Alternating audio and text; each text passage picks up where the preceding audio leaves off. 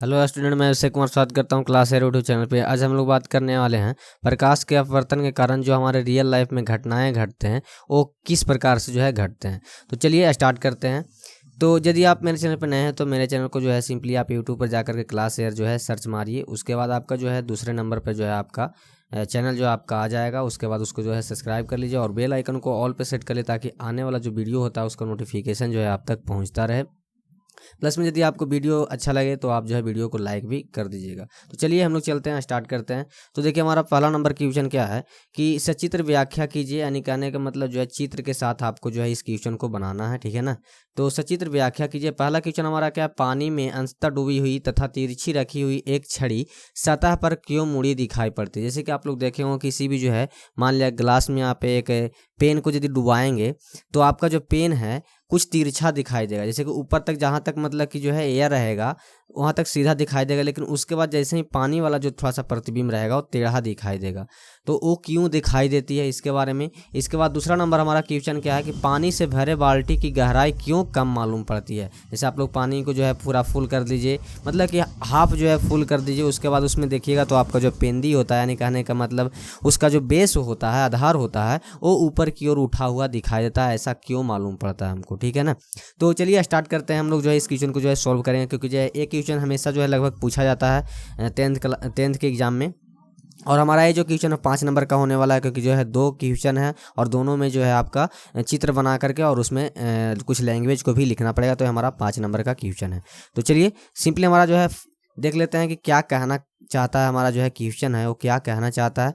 तो देखिए पहला नंबर में बोला जा रहा है कि मान लिया जैसे कि एक हमारा ये छड़ी है, ठीक है ना। ये जो छड़ी है ना, ये छड़ी को यदि हम लोग पानी के अंदर डुबाएंगे, ये मान लिया कि एक कंटेनर है। कंटेनर के अंदर आधा पानी भरा हुआ है और आधा हमारा खाली है। खाली रहने का मतलब हुआ कि ऊपर में हमारा हवा होगा भरा हुआ, ठीक है ना, और नीचे में हमारा क्या है, पानी है, ठीक है।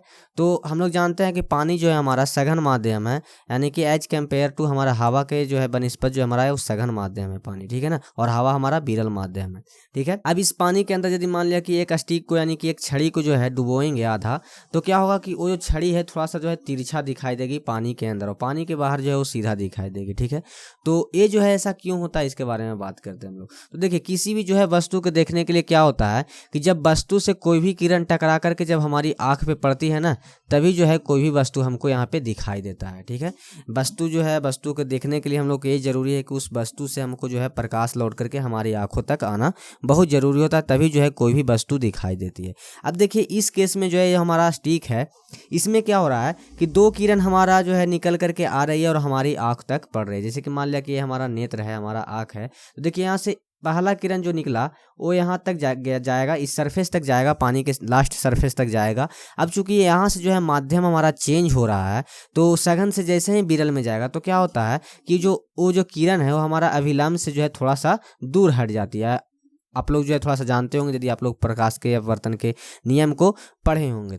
तो ये हमारा नियम कहता है कि जैसे ही हमारा सघन से विरल में जाती है तो जो किरण है वो अभिलंब से थोड़ा सा दूर हट जाती है। अब देखिए ए रियल इसका पाथ ए वाला था, लेकिन जैसे ही वो विरल माध्यम में गया तो थोड़ा सा मतलब मुड़ करके हमारी आंखों तक पहुंच गया। तो एक किरण हमारी आंखों तक थोड़ा सा मुड़ करके पहुंच गया है। अब दूसरा किरण की बात करें तो देखिए दूसरा किरण भी यहाँ से चली, और यहाँ से चूंकि यहाँ से माध्यम चेंज हो रहा है तो ये भी क्या करेगी, ये अभिलंब से थोड़ा सा दूर हटेगी और हमारी आंखों तक पहुंचेगी। तो इस कंडीशन में होता क्या है कि ये जो किरण हमारा आया है वो ऐसा लगता है कि जो हमारा किरण है ना वो पी डैश बिंदु से आती हुई प्रतीत होता है, ठीक है। जैसे कि आप लोग यहाँ पे सीधा कीजिएगा, देखिए ये लग रहा है ऐसा कि ये जो किरण हमारा गया है हमारे नेत्र तक, वो कहाँ से गया है, पी डैश से गया। जैसे कि आप लोग यहाँ पे सीधा कीजिएगा तो ये कहीं ना कहीं कटेगा, तो हमारा ये पी डैश पे कटेगा।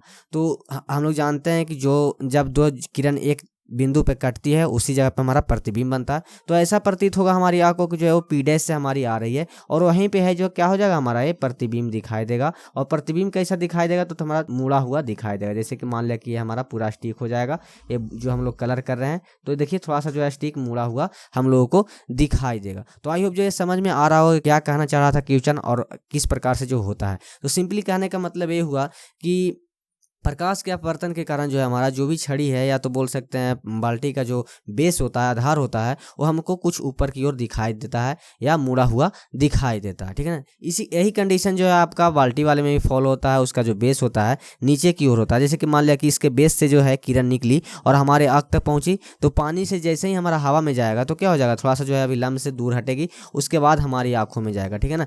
तो रियल में ये हमारा जो किरण आँखों तक पहुँच रहा है, ये कहाँ पे मिल रही है, एक दूसरे से हमारा आई पॉइंट पे मिल रही है। तो ऐसा लगेगा कि जो हमारा बेस है वो आई पॉइंट के पास है, यानी कि जो हमारा बाल्टी का पेंदी है वो हमारा आई के पास है, यानी कहने का मतलब थोड़ा सा ऊपर उठा हुआ दिखाई देगा।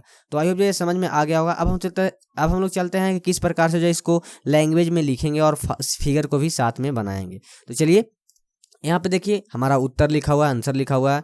बोला जा रहा है कि पानी में अंशतः, ठीक है ना, अंशतः डूबी तथा तिरछी रखी हुई छड़ी प्रकाश के अपवर्तन के कारण सतह पर मुड़ी दिखाई पड़ती है। यानी कहने का मतलब जो है कि प्रकाश के अपवर्तन के कारण कोई भी छड़ी या कोई भी वस्तु जो है जो पानी के अंदर आधा जो है डूबा हुआ होता है, वो हमारा पानी के सतह पर जो है थोड़ा सा मुड़ जाती है, ठीक है ना। किसके कारण, तो प्रकाश के अपवर्तन के कारण।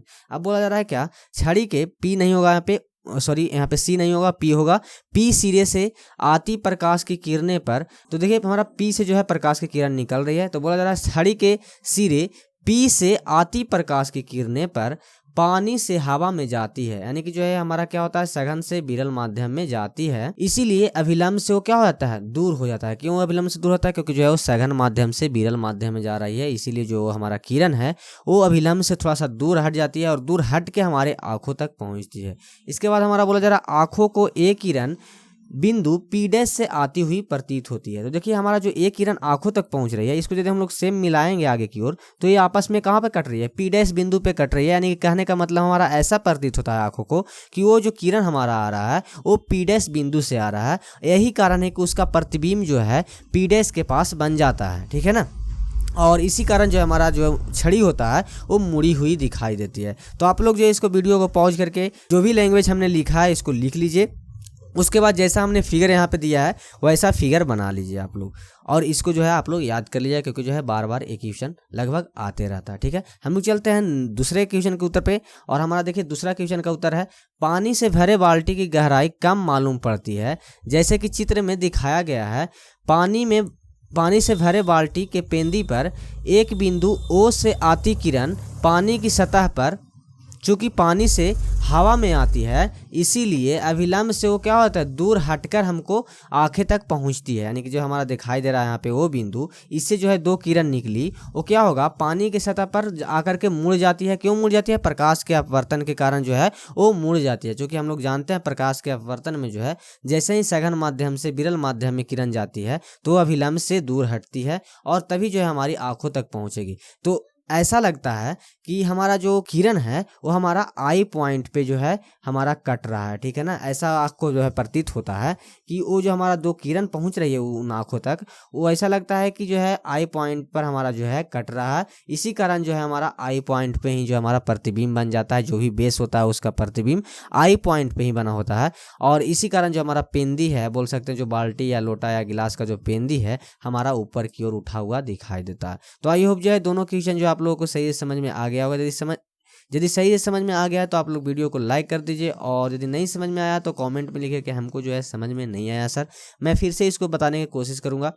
और हम लोग जो है यहाँ पे एनसीईआरटी को जो है कवर करने वाले हैं। नेक्स्ट वीडियो में जो हम लोग एनसीईआरटी का क्वेश्चन जो है फर्स्ट चैप्टर का ट्रिग्नोमेट्री का उसको कवर करने वाले हैं। तो जो अपने जो भी दोस्त हैं, जो भी भाई हैं, उन लोगों में जो है वीडियो शेयर कर दीजिए कि हाँ यहाँ पे जो है रेगुलर आपका वीडियो आता है क्लास 10 से रिलेटेड, जो कि बिहार बोर्ड से जो बच्चे हैं उनको थोड़ा सा हेल्प मिल जाए, ठीक है ना। तो चलिए मिलते हैं नेक्स्ट वीडियो में और नेक्स्ट टॉपिक के साथ। तब तक के लिए धन्यवाद।